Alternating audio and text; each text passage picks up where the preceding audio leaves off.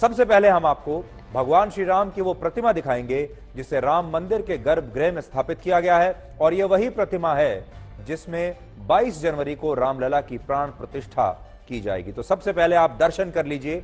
51 inch की यह प्रतिमा श्याम वर्ण की है, जिसमें भगवान श्री राम के 5 वर्ष के बाल रूप को दिखाया गया है, और यह प्रतिमा कर्नाटक की उस शिला से तैयार की गई है जो लगभग 300 करोड़ वर्ष पुरानी मानी जाती है।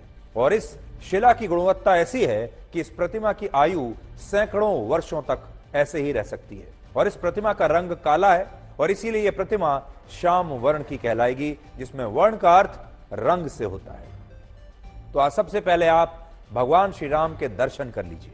इसके अलावा इस प्रतिमा में भगवान श्री राम के बाल स्वरूप का सौंदर्य आकर्षण भी दिखाया गया है, और इसकी रचना रामायण के संदर्भों से प्रेरणा लेकर की गई है।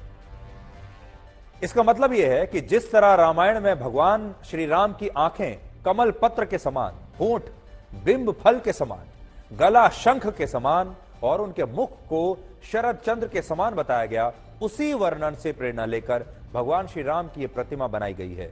और जब आप कभी अयोध्या में राम मंदिर के दर्शन करने के लिए जाएंगे तो आपको यही प्रतिमा वहां गर्भगृह में दिखाई देगी। इसलिए आज आप सबसे पहले भगवान श्री राम के दर्शन कर लीजिए, हाथ जोड़ लीजिए। दुनिया में ईसाई धर्म के लोगों के लिए जो महत्व वेटिकन सिटी का है, और इस्लाम धर्म के लोगों के लिए जो महत्व सऊदी अरब में मक्का का है, वही महत्व भारत के करोड़ों हिंदुओं के लिए अयोध्या में इस राम जन्मभूमि का है। लेकिन दुर्भाग्य यह है कि अयोध्या में भगवान श्री राम ने अपनी जन्मभूमि को वापस पाने के लिए लगभग 500 वर्षों का वनवास काटा है। और आज जब इस जन्मभूमि पर रामलला की प्रतिमा स्थापित हो गई है, तब भी इस पर हमारे देश के ही कुछ नेता मुस्लिम वोटों के लिए, मुस्लिम वोटों की राजनीति कर रहे हैं। मुस्लिम वोटों की खातिर इस राजनीति के लिए वो हर दिन एक नया मुद्दा ढूंढ कर ले आते हैं, हर दिन एक नई आपत्ति इस राम मंदिर को लेकर ढूंढ कर ले आते हैं।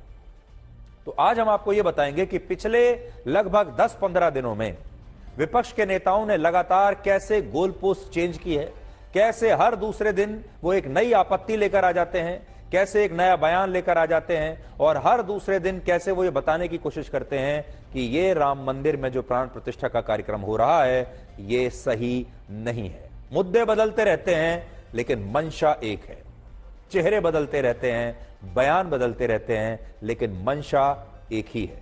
आज इस युग में भी उन्होंने जाने क्यों भगवान श्री राम के इस राम मंदिर की अग्नि परीक्षा करवाना चाहते हैं। जैसे आज कांग्रेस के नेता दिग्विजय सिंह ने कहा है कि गर्भगृह में भगवान राम की पुरानी प्रतिमा को ही स्थापित करना उचित था, और इस नई प्रतिमा की अभी कोई आवश्यकता थी ही नहीं। और आज उन्होंने इस प्रतिमा के बाल स्वरूप को भी गलत बताया, और अब वो इस बात को आधार बनाकर भगवान राम का ही विरोध कर रहे हैं, जैसे अंग्रेजी में हम कई बार कहते हैं लगातार मूविंग द गोल पोस्ट। इसका मतलब होता है विरोध करने के लिए नए नए तर्क ढूंढना, नए नए मुद्दे ढूंढना, और गोल पोस्ट को लगातार बदलते रहना। जैसे इस मामले में कभी निर्माणाधीन मंदिर में रामलला की प्राण प्रतिष्ठा को शास्त्रों के खिलाफ बताकर इसका विरोध किया गया। फिर यह कहा गया कि शंकराचार्य भी इस कार्यक्रम के खिलाफ हैं, वो क्यों नहीं आ रहे हैं कार्यक्रम में। कभी बाद में फिर यह कहा गया कि राम मंदिर बाबरी मस्जिद को तोड़कर बनाया गया है, इसलिए इसे स्वीकार नहीं किया जा सकता। और कभी यह झूठ फैलाकर राम मंदिर का विरोध हुआ कि यह मंदिर राम जन्मभूमि से 3 किलोमीटर दूर बन रहा है, और अगर सूची लेने के लिए हम लिखने के लिए आए तो यह सूची खत्म नहीं होती।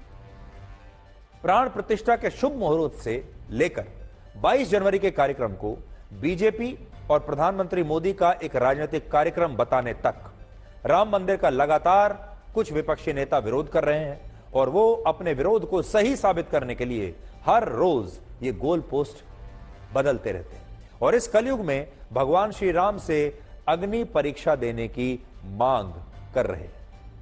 सोचिए, एक वो त्रेता युग था जिसमें रामायण का